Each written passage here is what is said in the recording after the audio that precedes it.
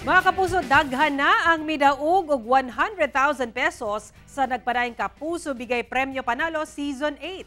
Sa midaog sa week 1, mao si Julio Lucena nga taga Parañaque ug Julie Visperas sa Pangasinan.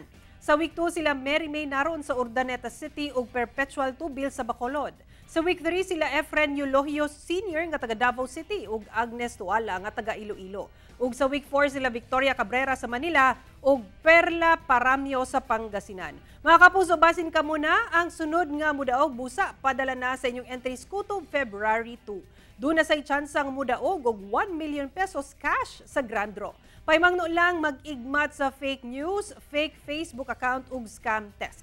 Hulata lang ang official notification sa BPP 8 winners pinaagi sa call or text message gikan sa GMA ug bisitaha ang official Facebook page sa GMA Promos alang sa opisyal nga detalye ug announcements.